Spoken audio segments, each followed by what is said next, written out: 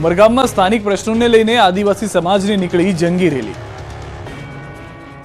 વલસાડના ઉમરગામમાં સ્થાનિક પ્રશ્નોને લઈને જંગી રેલી યોજાઈ। વાંસદાના ધારાસભ્ય આનંદ પટેલ, જિલ્લા કોંગ્રેસ પ્રમુખ દિનેશ પટેલ અને આદિવાસી સમાજના આગેવાનો મોટી સંખ્યામાં રેલીમાં જોડાયા।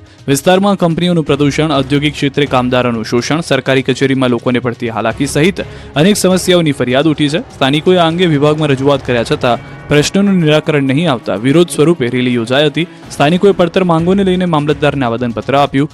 આગામી સમયમાં સમસ્યાનું સમાધાન નહીં થાય તો ઉગ્ર આંદોલનની ચીમકી ઉચ્ચારાઈ। વાપી મહાનગરપાલિકામાં ન ભળવા 11 ગામના લોકોએ શરૂ કર્યું આંદોલન। વલસાડ જિલ્લાની વાપી નગરપાલિકા મહાનગરપાલિકા બન્યા બાદ તેનો વિધિવત રીતે અમલીકરણ શરૂ થઈ ગયું છે। ત્યારે મહાનગરપાલિકામાં સમાવેશ કરવામાં આવેલા 11 ગામમાં વિરોધ ફાટી નીકળ્યો છે। લોકો વિરોધ પ્રદર્શન કરી રહ્યા છે। હવે તેમાં કોંગ્રેસ જોડાય। વાપીના છેવાડે આવેલા નામધામા કોંગ્રેસ પ્રેરિત વિરોધ રેલી યોજાઈ, જેમાં વલસાડ જિલ્લા કોંગ્રેસ પ્રમુખ દિનેશ પટેલની સાથે વાંસદાના ધારાસભ્ય આનંદ પટેલ સહિત કોંગ્રેસના અગ્રણીઓ અને કાર્યકર્તાઓ ઉપસ્થિત રહ્યા। લોકોને ડર છે કે પોતાના ગામનો સમાવેશ થવાથી ગામનો વિકાસ વધુ રૂંધાશે અને લોકોને રોજિંદા પ્રશ્નોની રજૂઆત માટે પણ મુશ્કેલી ઊભી થશે અને ટેક્સનું ભારણ પણ વધશે।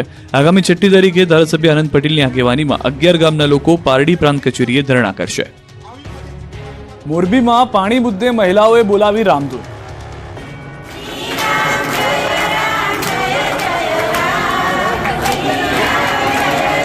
રામધૂનના રણકારથી મોરબીની કમિશન ઓફિસ ગુંજી ઉઠી।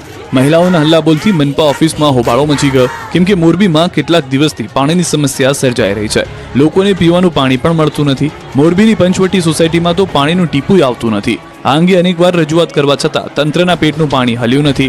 અંતે આ વિસ્તારની મહિલાઓએ પાણી બતાવ્યું। વહેલી સવારે જ પાણી સહિતના મુદ્દે રણચંડી બની અને મનપા કમિશનર ઓફિસની સામે જ ધામા નાખી ધરણા શરૂ કર્યા।